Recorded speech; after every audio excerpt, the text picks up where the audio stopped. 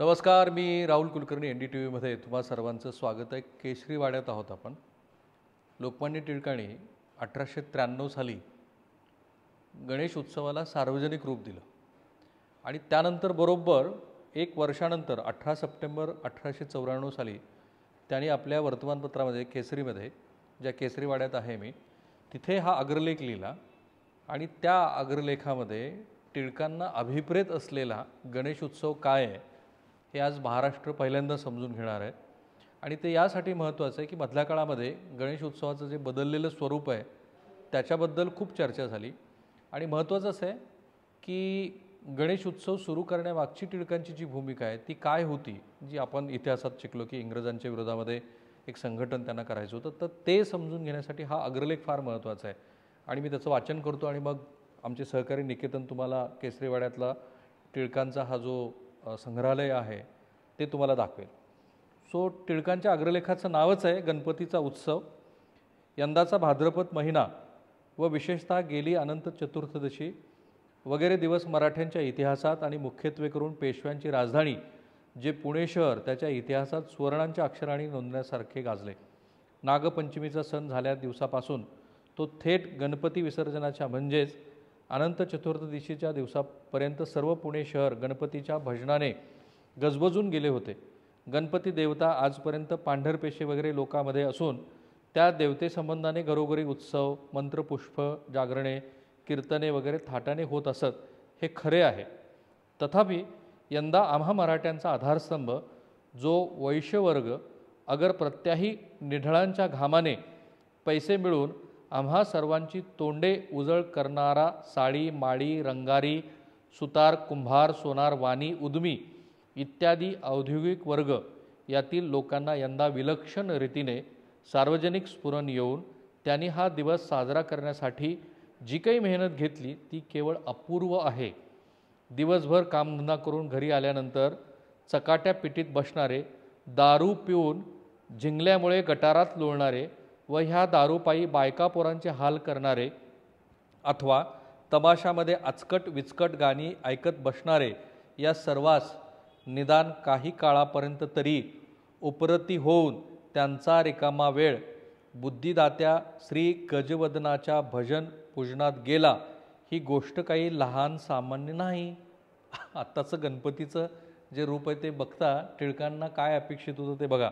असो, गेल्या 15 दिवसापर्यंत पुण्याचे सर्व रस्ते रात्रो मनुष्यांनी फुलून गेलेले असत. प्रत्येक पेठेला किंबहुना प्रत्येक आळीला एक एक सार्वजनिक गणपती बसवलेला असून शक्यतानुसार आरासही चांगली केलेली असे. ब्राह्मणांनी तर यथाशक्ती वर्गणी दिलीच, परंतु विशेषतः लक्षात ठेवण्यासारखी गोष्ट ही आहे की प्रत्येक सार्वजनिक गणपतीची खटपट व भजन पूजनाचा थाट मराठे बंधूकडून झाला आहे. कोतवाल चावडी, रे मार्केट, शालूकरांचं बोळ, रविवार भाजीआळी, शुक्रवार मेहुणपुरा, गणेशपेठ येथील गणपतीच्या मूर्ती खरोखरच प्रेक्षणीय होत्या. मेळ्यांचा सरंजाम पाहून तर आमची मती गुंग झाली. श्रावण महिन्यात जाता येताना एखादं दुसरे गाणे कानावर येई, त्यावरून पुढे जो अश्रुतपूर्व चमत्कार दृष्टीस पडणार त्याची आम्हास बरोबर कल्पना करिता आली नाही, हे आम्ही प्रांजलपणे कबूल करीतो. मेळ्यातील प्रत्येक इस्माचा जो उज्ज्वल पोशाख, ताल धरण्यासाठी हातात धरलेली त्याची चित्रविचित्र काठी, एकाच ठोक्याने पडणारे सर्वांचे ते पाऊल पद्ये, म्हणणाराचा तो मनोहर आवाज, बाकींच्या लोकांचे भक्तिरसाने ओथंबलेले ते गाणे, सर्वत्र स्वधर्माच्या स्तुतीने भारलेले ते कर्णमधुर आलाप, आमच्या मराठे बंधूचा जो वीरश्रीपूर्वक उत्साह आणि त्यांची जी भव्य निशाणी इत्यादी गोष्टी एका ठिकाणी नव्हे तर 2 ठिकाणी नव्हे 100 ठिकाणी पाहण्याचा जेव्हा आम्हास अलभ्य लाभ झाला, तेव्हा पाद्री भटांच्या व नास्तिक सुधारकांच्या निर्गल प्रलापाने काही लोकांची डोकी भणाणून गेली आहेत, तरी आम्हा समाजाचे मुख्य स्थळ जे मराठे मंडळ त्यास काही एक धक्का न पोहोचून आमच्या स्वधर्म प्रेमा अजून जशाच्या तसा कायम आहे हे जेव्हा सार्वत्रांनी आपल्या चक्षुनी पाहिले तेव्हा आम्हास फारच कौतुक वाटले. आपल्या घरास एखादी चीर पडलेली पाहून पोठास धस्स व्हावे, पण पायाचे दगड व पायाचे दगड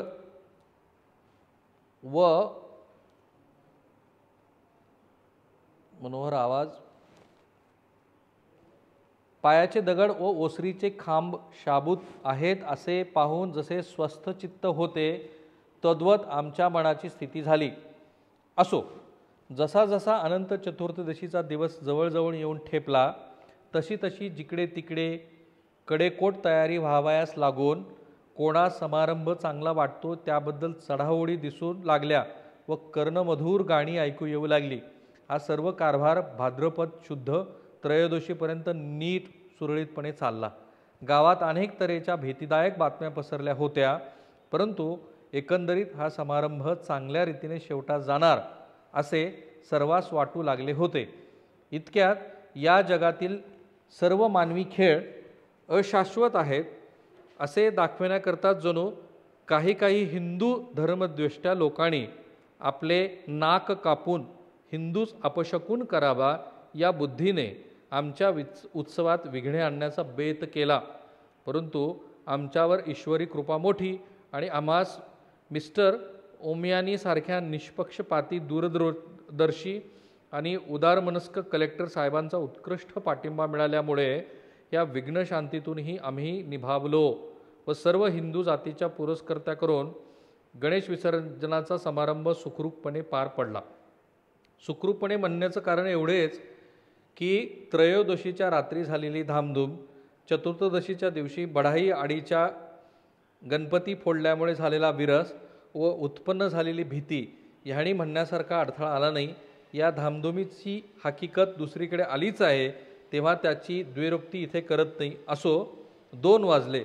पूर्वसंकेताप्रमाणे नेमलेल्या ठिकाणी आळीपाळीचे गणपती रे मार्केटमध्ये येऊ लागले. आसपासच्या खेडेगावचे गणपती येऊन दाखल झाले.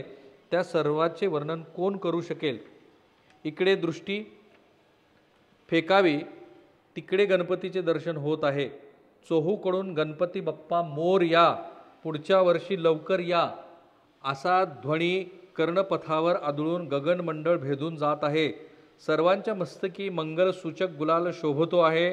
टिपऱ्यांचे, लेझिमींचे, घुंगरांचे, चौघड्यांचे व सनयांचे भिन्न भिन्न स्वर संमेलनाचे मनावर चमत्कारिक परिणाम उत्पन्न होत आहेत.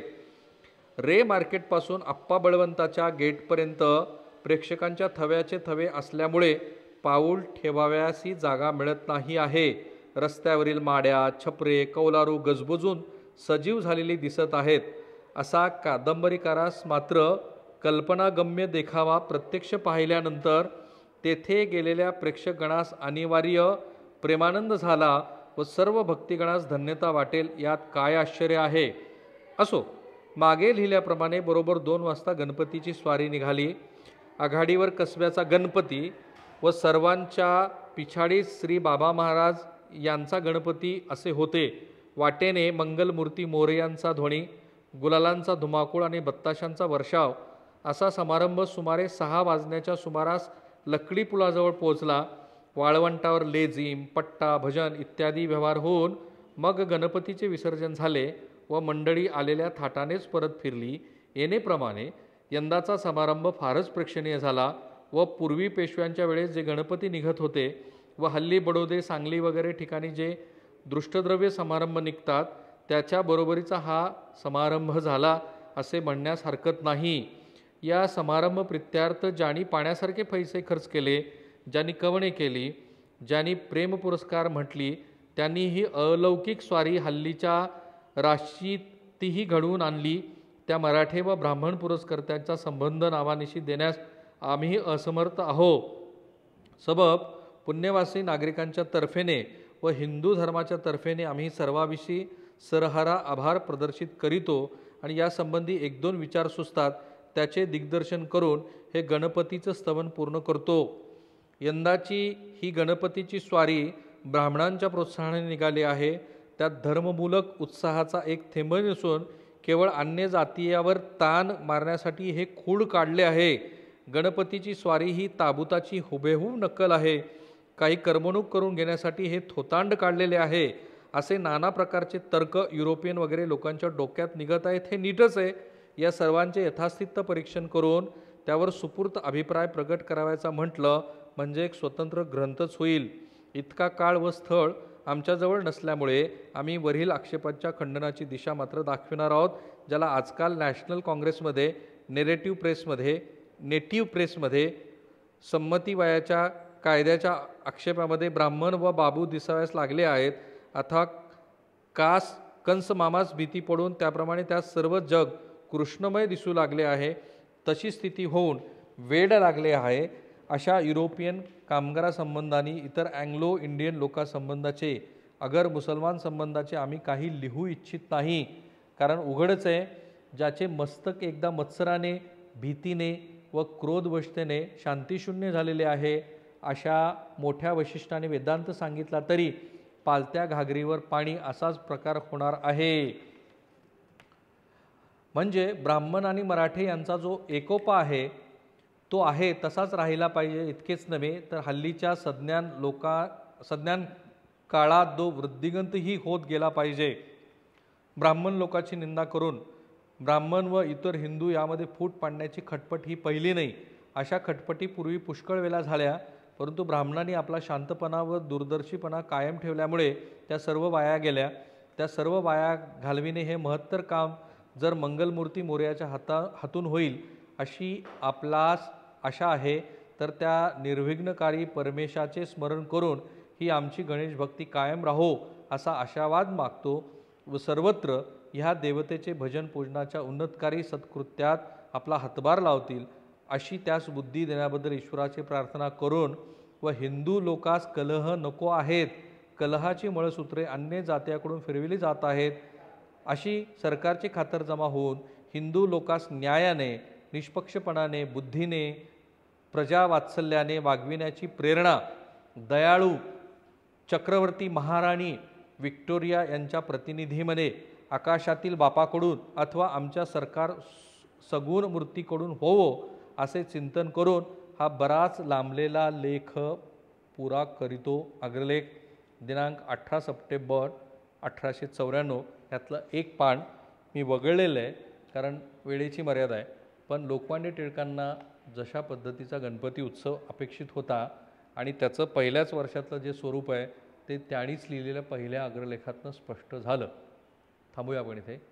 ह्या गणपती उत्सवाच्या निमित्तानं हे ऐतिहासिक आणि आत्ताच्या गणपती मंडळाचं जे स्वरूप आहे गणपती उत्सवाचं ते तुम्ही NDTVवरती पाहणार आहात. कॅमेरामन निकेतन मानेसह मी राहुल कुलकर्णी, NDTV मराठी, केसरीवाडा, पुणे.